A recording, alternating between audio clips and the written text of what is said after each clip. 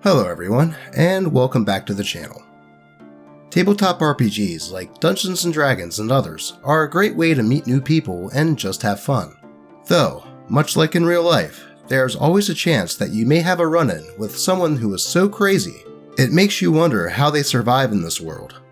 But first, I would like to present the return of Lucky, the like and comment cat.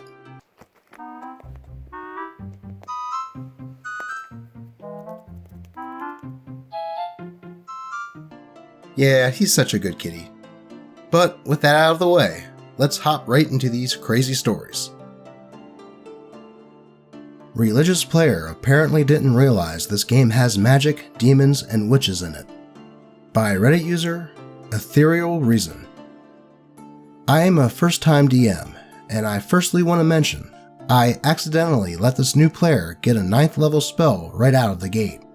Duplicate, but as an item with unlimited uses. Oops. I really should have paid more attention to that, but I was so nervous about everything else, it escaped my notice. I then made the mistake of thinking this new player would be responsible with the item, but this player seemed to think that he was the main character of the story, and was allowed to do anything he wanted. He wandered off on his own, tried to rob everyone and everything while the other players were doing the quest. He would get frustrated when I dedicated time to the other players, or told him that people were watching so he couldn't steal or there would be consequences.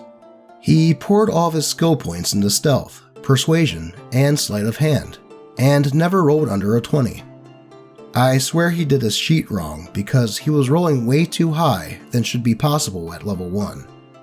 I told him that the item was too powerful and nerfed it into something more level 1 friendly, and asked to see his sheet so I could make sure he did the point allocation correctly. He says sure, but then an hour later tells me, quote, "Yeah, so I'm uncomfortable with all the use of dark magic, demons, fortune-telling, curses, and necromancy. So if you could avoid all of it, I'd greatly appreciate it. I've seen the effects of witchcraft in real life, and my mother said she's not comfortable with me playing games with it either." He's 22. "So please don't have any in your campaign."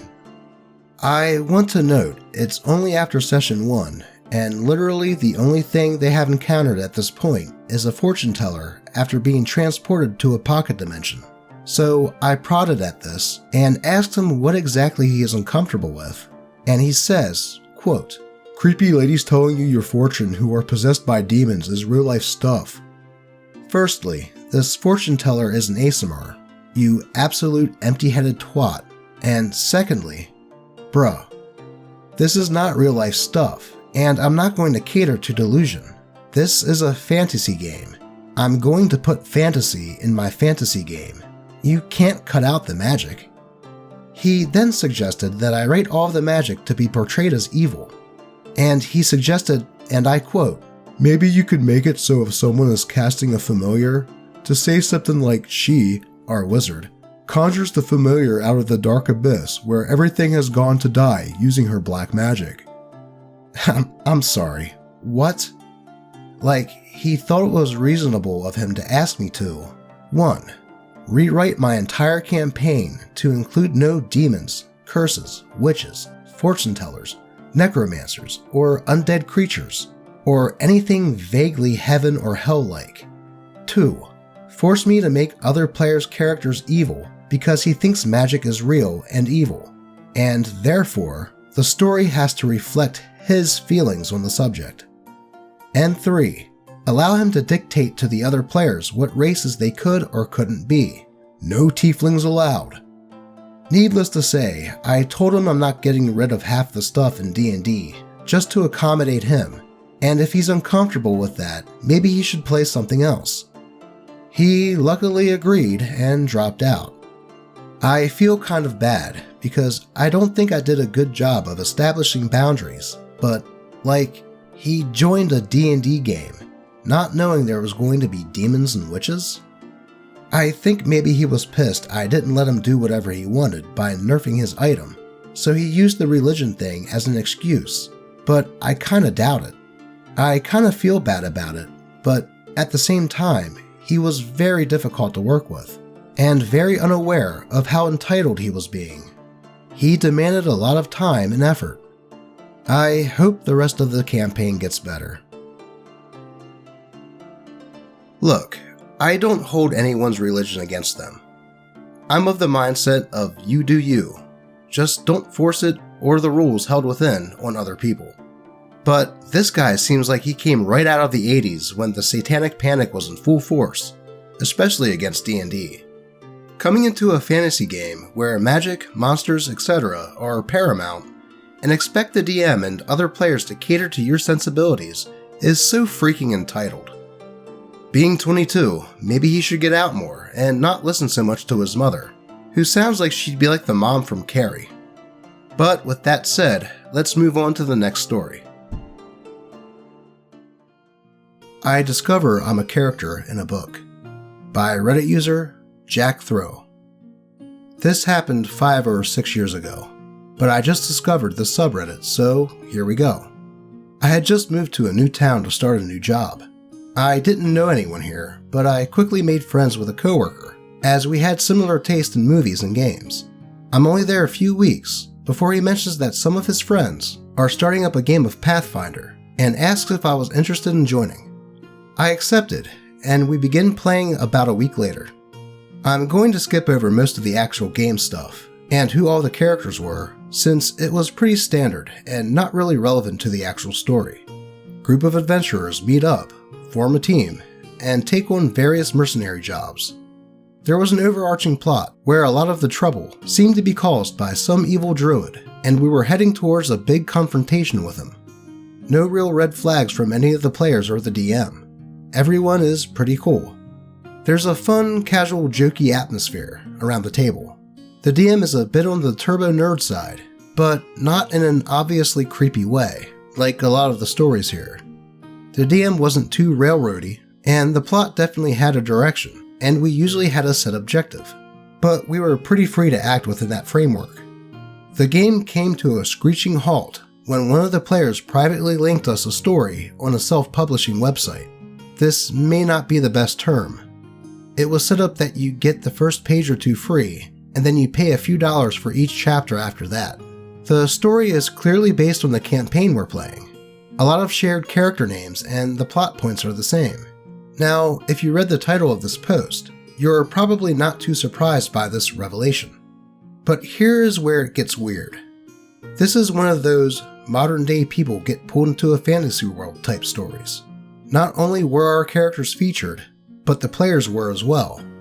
You know how when you're playing a game everyone is aware of game conventions and pop culture? For example, the party was trying to escape a trap where the walls are closing in, and someone made a reference to the trash compactor scene in Star Wars. That line made it into the book. Now, you might be thinking that this is all pretty weird, but not really a horror story. The plot of the story switched between the fantasy world and the real world. The characters would go on magical adventures, fully aware of everything that was happening, but then pop back to the regular world to go about their day-to-day life, completely unaware that anything supernatural was happening. All the adventures were remembered as the game they were playing, until the next time they played again. The creepy thing is that there was a lot of real-world drama and character building that was clearly based on the lives of the real people in our group. Breakups, job losses, and my own recent move that happened in real life were reflected in the fictional versions of us. A lot of this was stuff I didn't even know about, since we didn't get into a lot of personal stuff during games. We eventually learned that the writer was mining our social media accounts for potential plot hooks. Reactions in the chat were flipping between shock, amusement, and anger, as everyone read further into the story. We confronted the DM at the next game, and he tried to deny it. First he said it was probably a coincidence, but there were just too many details that were exactly the same. Even the things that were different was stuff like changing a player's name from Mike to Matt. Next, he claimed that it wasn't him, and one of us must be the writer, which I guess was maybe possible. But the way the story was set up, you'd have to have the DM's knowledge of what was going on to happen to write it like that. This is going to sound made up, but he actually pitched the idea that maybe there was some truth to the story, and some sort of supernatural retelling of our adventures was happening. I suspect that this was a future plot point, or framing device for his book. We quickly shot this down as well. There wasn't a lot of fallout, we just demanded that he take the story down. He resisted at first, but relented when one of the players threatened to sue. The game stopped immediately, and I decided to take a break from tabletop for a while and lost contact with most of the group. The coworker that brought me into the game continued to be a work friend, but without the weekly game, we sort of drifted apart until I moved away again a few years later. I think he still hung out with the DM occasionally, but it definitely hurt their friendship. In the end, no real harm was done. It honestly might have been really cool if it didn't come with a side of cyberstalking, but it was definitely weird to read a character based on you, describing your internal reaction to things that had actually happened to you. Now, if the DM of the story would have asked the other players if they minded him putting them and the campaign into a book, this could have been kind of cool. Though for him to do it in secret and stalk everyone's social media to get information for it is really creepy. Then to deny it when found out, to the point of saying that maybe it was actually happening supernaturally like the way he was writing it, is just silly. Thankfully, the DM was convinced to take the story down, and hopefully he learned from this. Let's move on. Love Confessions After 3 Sessions by Reddit user Jinxie Rasafi. I have been playing with a group of people for almost 4 years now, and it's been really chill and fun. This group consists of me, my husband, Uryu, a friend, Majin, the DM, Asuma, DM's best friend, and Tucker, the creeper, at the time. Tucker was actually an old friend of everyone else, besides me and Uryu, that had just moved back into town after being gone for a few years, and this was my first time ever meeting him. Majin and Asuma did seem a little weary when he joined, but I didn't understand why until after the events. The first session with Tucker got off to a rough start because he wanted to change his character completely, much to our annoyance. Majin helped him out while the rest of us did our own thing, and waited, but only got in an hour of playing. We were in a shop. We always went out to eat after, so we hit our usual spot and talked about whatever, but Tucker didn't say a word to me. I caught him kinda staring at me, but didn't think much of it. Things went a little more smoothly on the next session though. We were splitting up in game, and my character was going to go alone, but Tucker randomly wanted to go with my character. I played my character as antisocial and a loner, who didn't communicate well with new people, and I told him this, but he stuck with my character anyway. I loved the draw, and was drawing my character while the story was focused on the others, and he asked for a commission of Ichigo from Bleach, which I never got to do, and I agreed. We went out to eat afterwards like normal, and we were all talking about anime. I said something about Dragon Ball Z, and Tucker jumped in and agreed with me, and that was it. Session 3 wasn't really a session, because Asuma was sick, and Uryu stayed home since he lived far out. Tucker also didn't show, so we just hung out and went out to eat. So I talked to this person at least a total of 3-ish times, casually in person and one time through a comment section of a post he made about being depressed one night. He then found the random ass courage to hit me with this, quote, "Hey, I just want to say that you're so beautiful, and if you weren't dating my husband, I would treat you way better than he does. I would spoil you rotten and treat you like the queen you deserve to be treated like. If you left my husband and be with me, you wouldn't regret it. You shouldn't tell him about this though, and keep it between us." After reading that, I kinda just froze. But once I could speak, I immediately told my husband. Like I said earlier, Tucker knew Majin, Asuma, and my husband long before I came into the picture, so my husband was rightfully pissed off, and so were the others.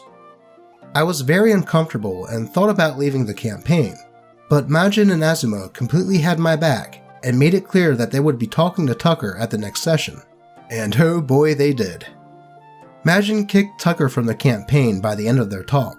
Tucker said that he thought he loved me, and that I was so nice and so beautiful that he couldn't help it, and felt like I led him on.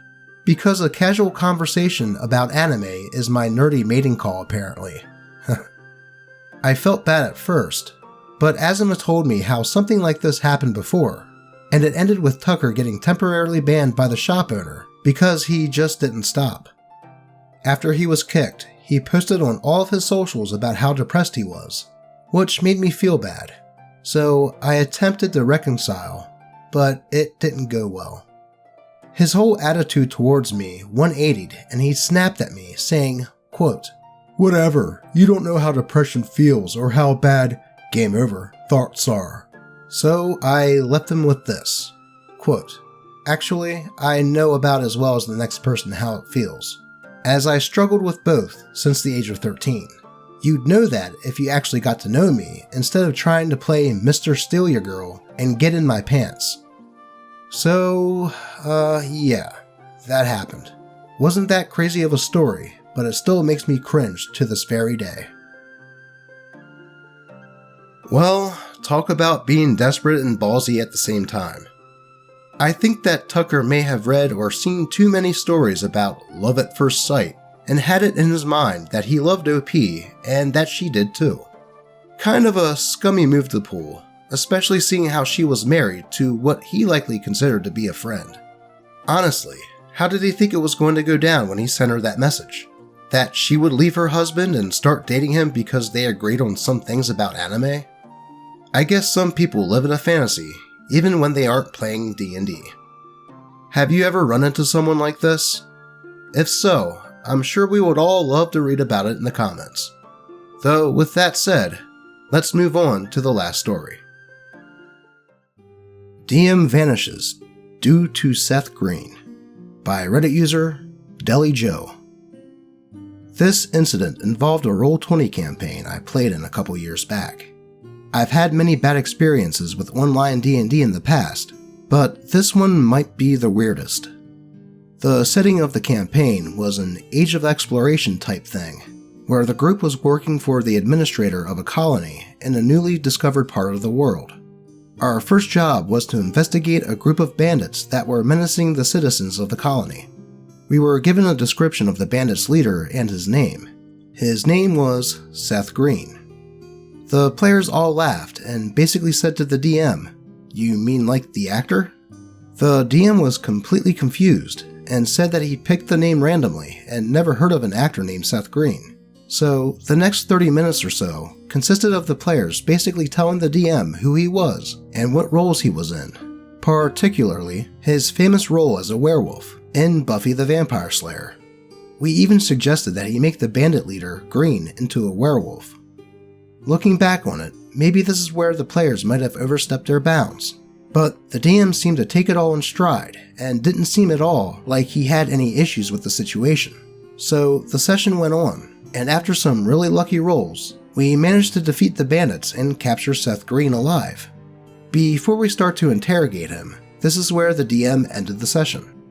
The players were all excited for the next session to interrogate Green and see if the DM decided to make him a werewolf.